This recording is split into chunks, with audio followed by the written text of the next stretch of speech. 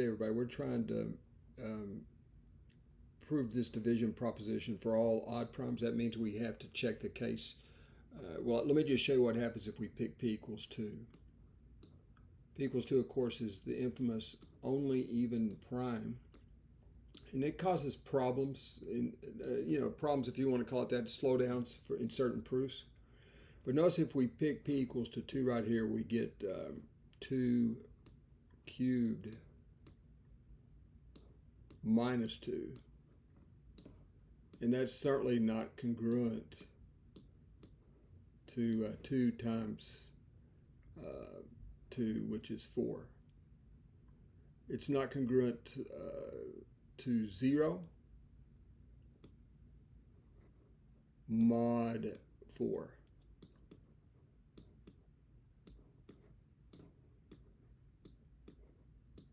Okay, y'all, another way of saying this is that 4 does not divide. A lot of you may prefer to see this vertical bar. Okay. Now, if you check it for some others, let's just go ahead and do it for 3. If you do p equals 3,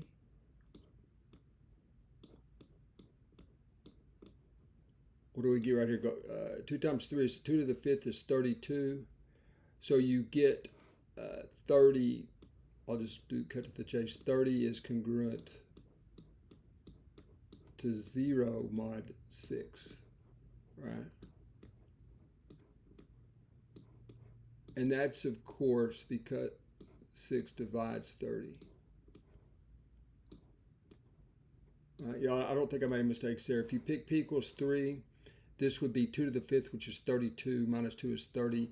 Put a 3 right there, you get 6. So you see it works for p equals 3, but it doesn't work for p equals 2. So we're going to prove it in general. Now, this is fairly easy. 2 multiples of 2 is clearly divisible by 2. So all we have to do is we can just remove this 2 and just prove it for p. Okay? And again, this is fairly routine in the sense that you can just do fairly rudimentary algebra here. You can factor a 2 out. Now notice the usual trick with exponents. You can also factor a 2 out of the exponent.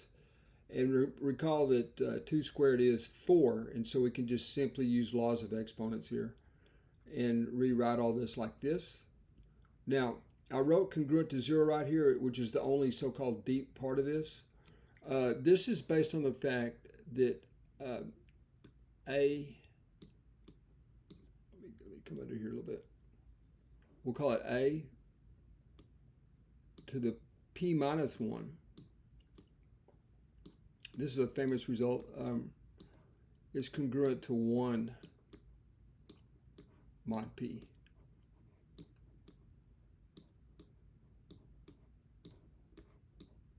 Okay, and of course this is the very same thing as saying, and yeah, you have to assume that a and p are relatively prime. In this case, that would be a is not a multiple of p, but we'll say a and p relatively prime for this to hold. And again, this is called Fermats Little theorem. Fermats Little theorem.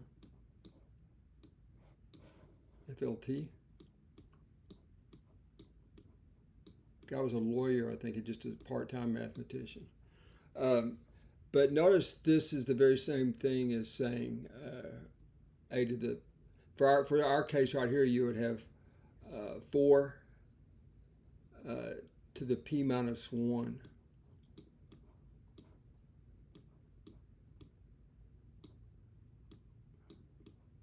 I go minus 1. You can do that. That's what the nice thing about congruences is they're very much like equality.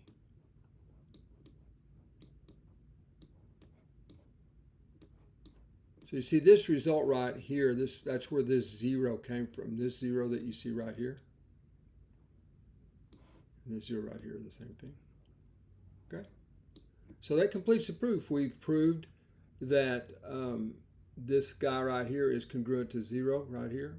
We've proved this statement using the string of modular arithmetic. In laws of exponents, the law of exponent that we use right here would, I think it would be what, a to the m raised to the n equals to the product, right? N copies of M copies is M times N copies. Okay. So we have M, N like that. And that is what happened essentially right here, going from this stage to this stage. You see how the exponent came up and it's basically exactly what just happened, okay? So I think that does it, folks. And we'll write QED.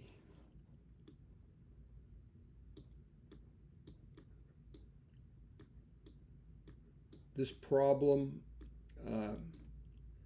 it came from an Underwood-Dudley textbook, where the Underwood-Dudley textbook just stated it is show that 2p divides. Yeah, it took me a while to get used to this.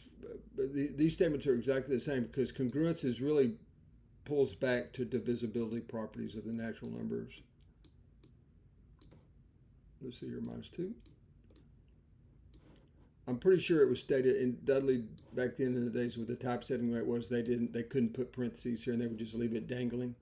But parentheses are a readability thing, in my opinion, should be used. But I believe this is the way it was stated in Dudley's number theory book. Okay? Elementary number theory book. All right, folks, that does it. Thanks for viewing.